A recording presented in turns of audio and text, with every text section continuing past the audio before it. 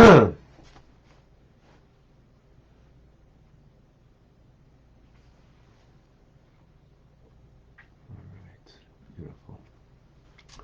Wonderful. A new week, new opportunities,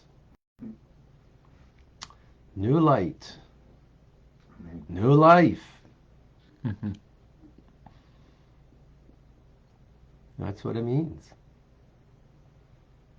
It's not the same old.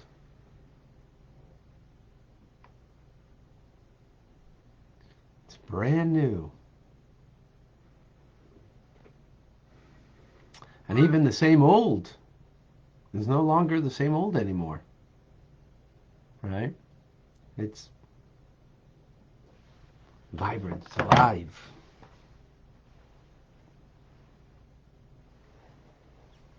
Folks, let's make sure we're not the Walking Dead.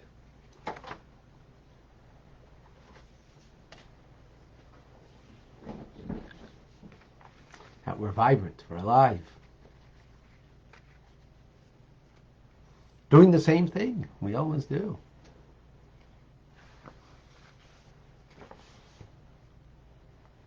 Yet, it's brand new.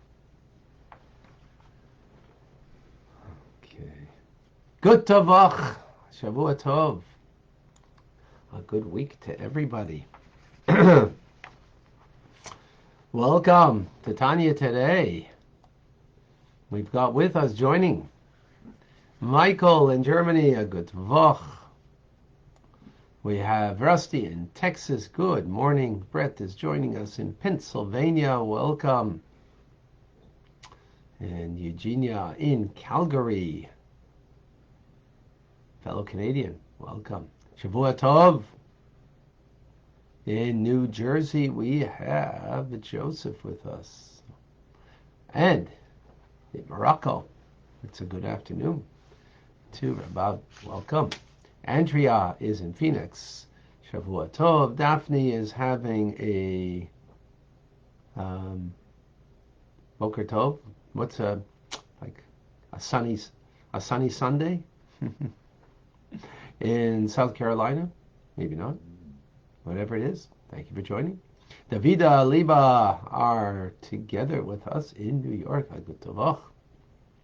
Cindy is in Florida. Boker Tov.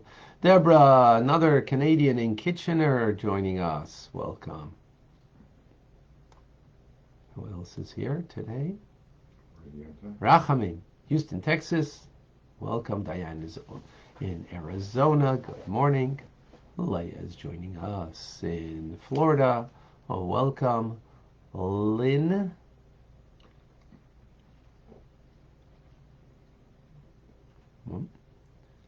Lynn, Columbia, South Carolina. Good morning. I think a first time. I might be, or at least I don't recall the name from before. Welcome. And also Maxime in Nottingham, UK is joining us. All right. Beautiful. Margot in Belgium. Been here before. Alex is with us in Texas. And Julia is joining us in a lovely sunshine morning in Pennsylvania. Celeste. Chava. Yeah, amazing things are going to happen this week. Exactly. Is in Boulder, Colorado. Who else is with us? Oops.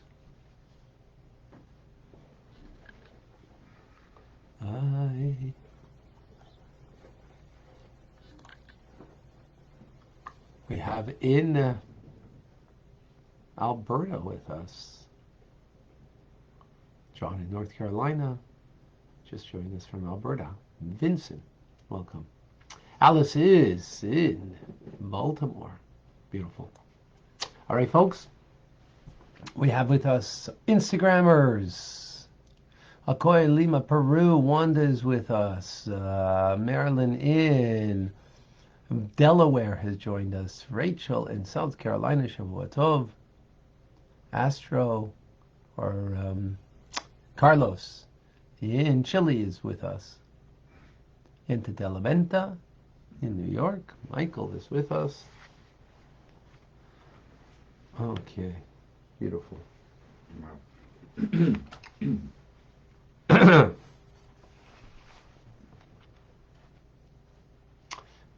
Is there one thing that you could think about, ponder, meditate upon, and that one thing could bring immense joy?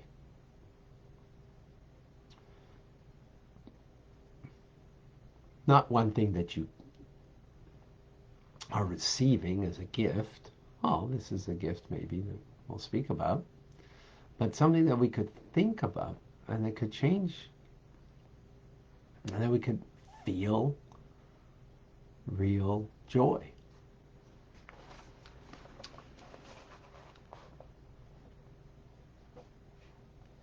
Says the Alter Rebbe that if we take time to ponder this following idea, then it will bring a real gladness of heart. We'll be illuminated with it. Now, sometimes before we can get to the positive, we have to get out of the negative, and that's something that we need to own our stuff. But once we've gotten out of a negative place, and now we can go into something positive. So if we think deeply, and we picture in our minds, and we understand God's true unity, what does that mean? That God permeates the world in everything he's found. In its uniqueness, it is due to the way God uniquely animates it, permeates it. Hence, God is immanent. At the same time, God encompasses everything of creation, beyond it. He's not different. He's not, he gives vitality to this pen. He gives vitality to a tree, to an animal, and to a human. Each one differently. But then there is the vitality and the life, the light of God that encompasses everything equally. Equally. So immanent and transcendent at the same time, which is something you don't exactly understand, because either you're present or you're not. Either you are beyond or you're within. Not both at the same time, but God is. And even furthermore, ultimately, everything has no reality in his presence. Because before he created the world, there was only but God. After he creates the world, there is still only but God. There was a word of God that created the world. Well, that word, from his perspective, as we learned in chapters 20 and 21 previously in Tanya, is like the word before it emerges, me speaking it now. It's part of my soul, and in my soul, in my emotional, intellectual state of being, it's there beyond language. Any feelings, any ideas, are before they emerge into words, letters that make words, that make sentences, that make paragraphs, that make, ideas and feelings that are expressed. Before that, the letter or the word is completely submerged and nothing. Well, that's the way it is in creation. Or for another illustration for this is, you have the sun and you have rays of sun that emerge beyond the sun. Well, those rays, before they emerge, where are they? They're in the sun. In what way are they in the sun? Completely nullified. They don't have their own identity. They don't have their own reality. They're part of the globe of the sun. So likewise, if we contemplate deeply upon this idea, right, God's true unity, your heart's going to rejoice. With this faith, right, with this faith, that your soul will be gladdened to the point of rejoicing and singing with heart, with soul, and with all your might. Then what? How close are you to God? That you can experience His closest to God. And in fact, Says the Alter Rebbe, the whole purpose of an individual and the whole purpose of all of the worlds, the upper worlds, the lower worlds, the spiritual worlds, the lower worlds, is that God should dwell below. An idea that we've explained many times. So when you have faith in the unity of God, you fulfill this goal. Because God's unity is revealed in the mind and the heart of the individual. And therefore, when you contemplate this, you become an abode for God. Wow. So, let's give a metaphor for this. You know, that Rebbe gives a metaphor. Imagine a common, lowly person. He's brought close to the king, a king of flesh and blood, right? By the fact that the king desires to lodge in his dwelling together with him. The king in a commoner's home. Now, we don't give much value to kings today, but back in the day, when people did, so this metaphor, you know, imagine, that's what the king wants to dwell. How excited would you be? How thrilled would you be, right? That the king wants to dwell in your home. That's a king of flesh and blood. Imagine the excitement, the preparation, and everything. Just thinking about that warms the heart, gladdens the heart, that you are just, wow. So, how much infinitely more so, the King of Kings, God himself, that he dwells together with us in this physical world, right? In the home that we create for God.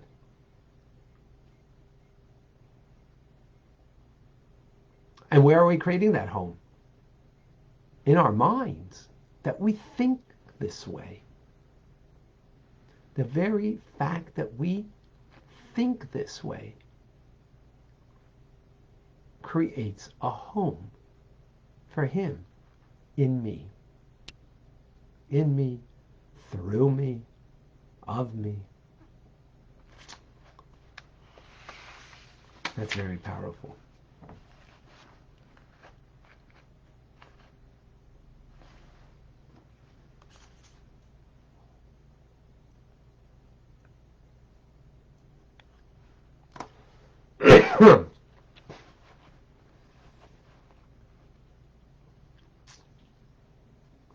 We say every day in our prayers, Ashreinu matov chalkenu manoim goraleinu.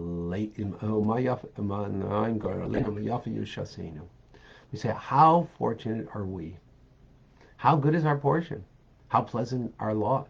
How beautiful our heritage. When we contemplate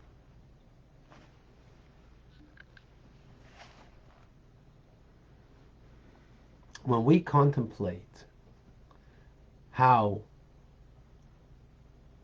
there's no other reality but God, and that I am a part of him, I'm not separate from him. God is immanent, transcendent, and there's nothing else but him. And I think that. I ponder it. I meditate upon it.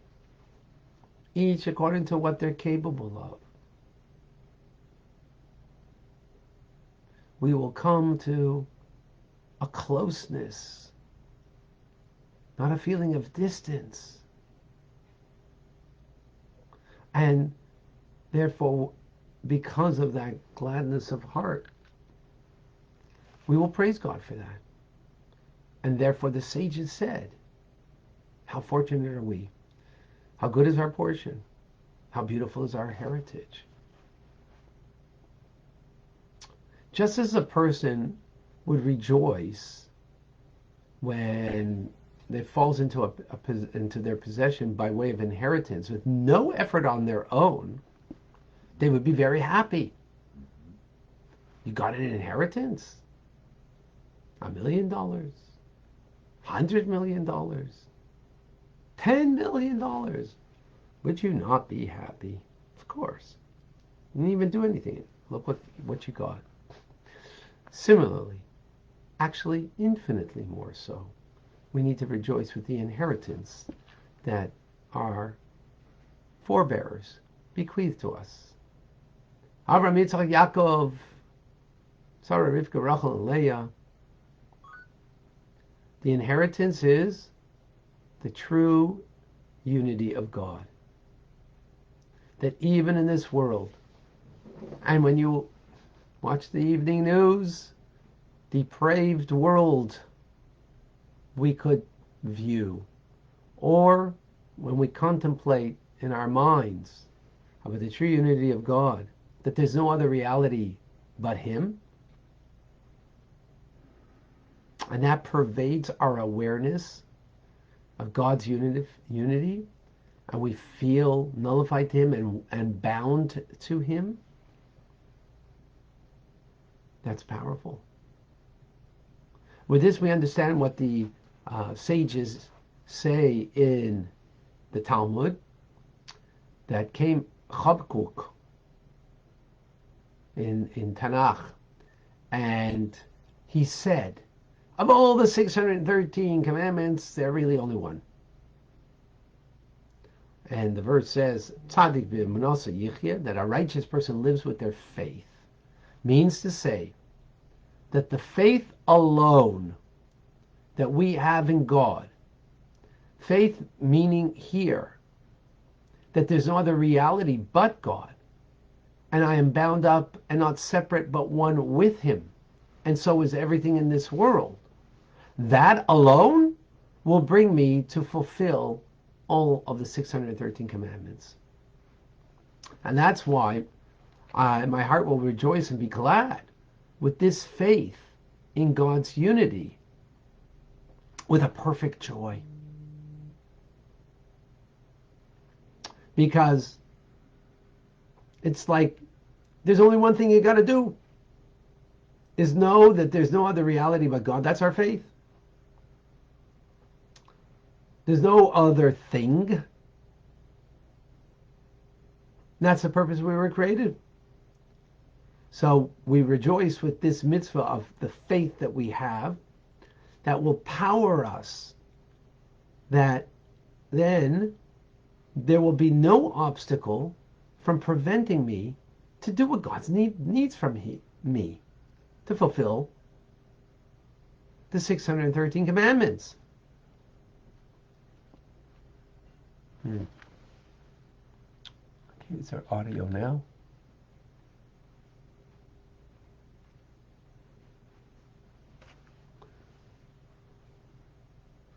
Sorry.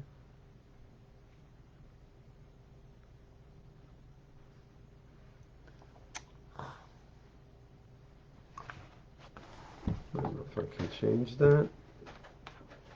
A moment, folks. I'm sorry.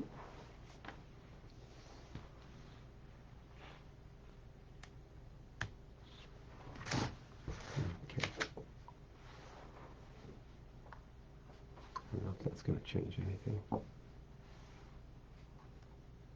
In any case, this is not about faith that God's going to do good for me. This is not about faith that, this is about the basic bottom line, what it means, faith in God. That there's nothing else but God. I'm a part of Him. I'm not separate from Him.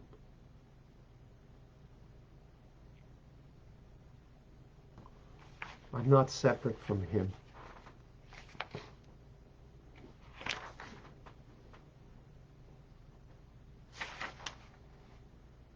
And therefore, with this faith, I will do everything that He needs me to do, because there won't be any obstacle.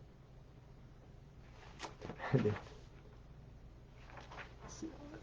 if it's still out, I'm going out.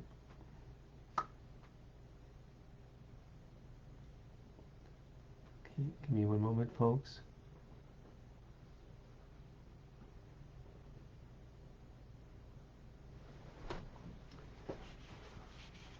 Back it on Instagram. Hopefully it's working.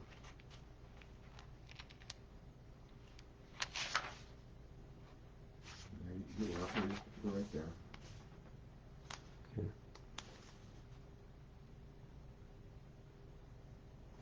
So, says the Alter Rebbe that this is a double, redoubled joy. Apart from the soul's joy upon apprehending how near God is to the individual, and He dwells together with us. So, not only are we close to God, because there's no other reality, but He dwells in us. We make a dwelling place for Him. We're allowing Him and His reality to become our reality. And what a joy that is. How powerful that is. Now,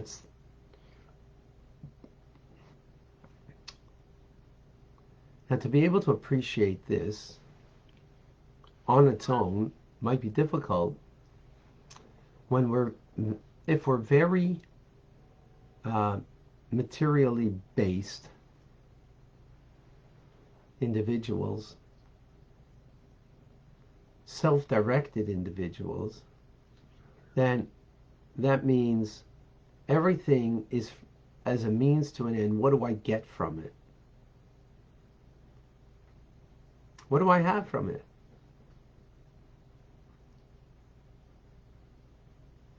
What do I have from it?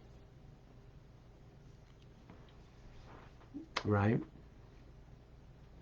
So that's why sometimes we need to first deal with our negativity from within to get out of a bad place. Because if you're in a bad place, it's hard to be in a good space in spirit. So we need ownership for the things in our lives in order that we can fix the things we need to. In order then getting out of a bad place, we now can go in the good space. What's a good space? That actually excites you and brings joy to your heart. The very fact that when you contemplate that we are close to God, because He's the only reality, right? He's the only reality. He's immanent in everything. He transcends everything and encompasses everything. And it is the only thing. So again, contemplating, thinking about that means that we're not distant from God. We're very close, extremely close. And by the fact that we entertain that in our minds merely, right, that itself brings joy. There's just entertaining in your mind that, the King is coming to dwell in your home. That itself brings joy. God dwells in me. In my mind that I contemplate this thought.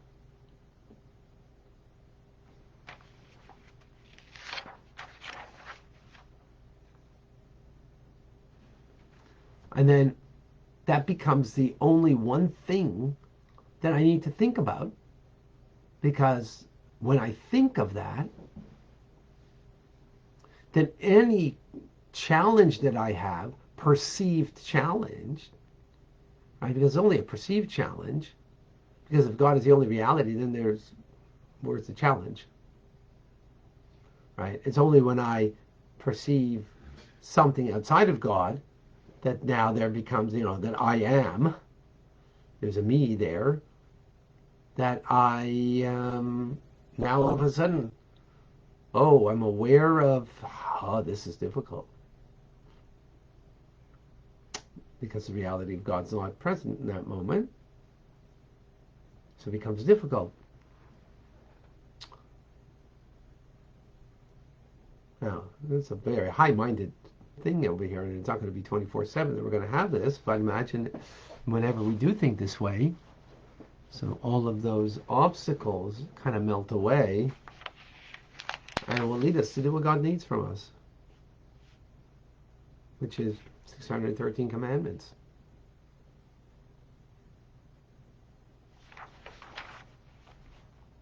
So the very fact that I think this way is of that closeness is enormously joyful. And how fortunate are we that we have this reality, or that we can contemplate this reality and make it real for us, and that therefore whatever I need to accomplish, I will accomplish. I will. Not a question. You will. No question. Redouble joy. All right. Any questions, folks?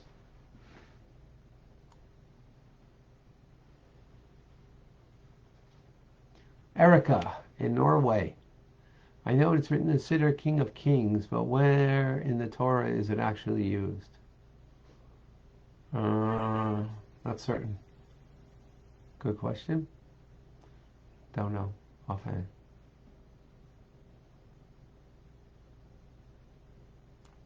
We're in chapter 33.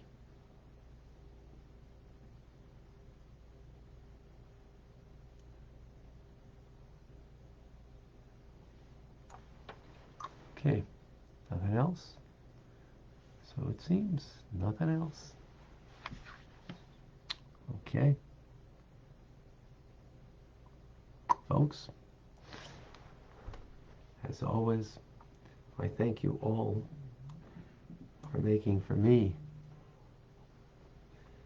a beautiful, meaningful experience. I'm Rabbi Ronnie Fine, come to you for Chabad Zich and Kadesh, Montreal, Canada. It's a privilege and a pleasure to share with you the Tanya.